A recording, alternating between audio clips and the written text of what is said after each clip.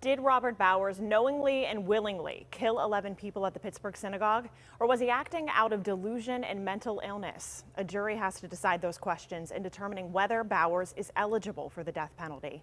Andy Sheehan has been in the courtroom in downtown Pittsburgh today, and he joins us live with the very latest. Andy?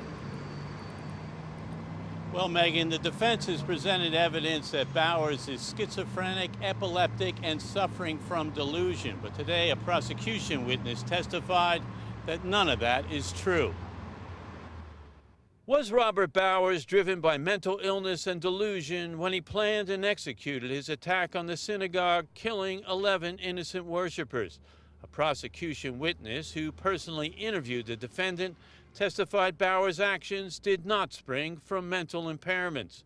Vanderbilt University neurology professor Ryan Darby said Bowers is neither schizophrenic nor epileptic and presented as a mostly calm and emotionally stable person who was not in the throes of delusion before or during the attack and remains proud of his actions to this day. Quote, he felt in awe of his accomplishment and compared it to what the founders of the U.S. Constitution must have had with their accomplishment. He said if he could do it again, he would have killed more victims. Darby denied Bowers acted from a delusion when he embraced wild conspiracy theories he had discovered on the internet and the dark web. Theories about Jews and the Great Replacement, the destruction of the white race by immigrant invaders. He said true delusions are generated within the person themselves. Quote, delusions are personal, but this came from outside himself. It came from things he found online. This was not generated in his mind.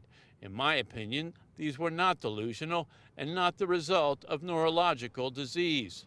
And while Darby said Bowers did have a history of depression and at least one suicide attempt, he did not act out of mental illness in planning and executing the attack. Quote, he felt calm, focused, and goal-oriented.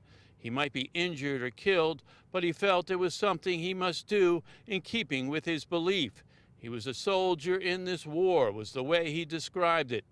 Defense attorney Michael Burt spent hours challenging Darby's qualifications and expertise in making these determinations and questioned whether he had contoured his opinions to the wishes of the prosecution.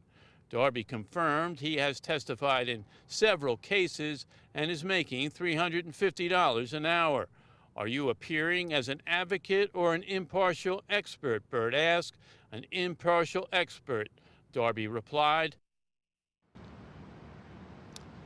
Now, the defense is continuing to challenge Darby's testimony. The prosecution will be presenting one more rebuttal witness before the jury votes on whether Bowers is eligible for the death penalty. Reporting live at the U.S. Courthouse downtown, Andy Sheehan, KDKA News.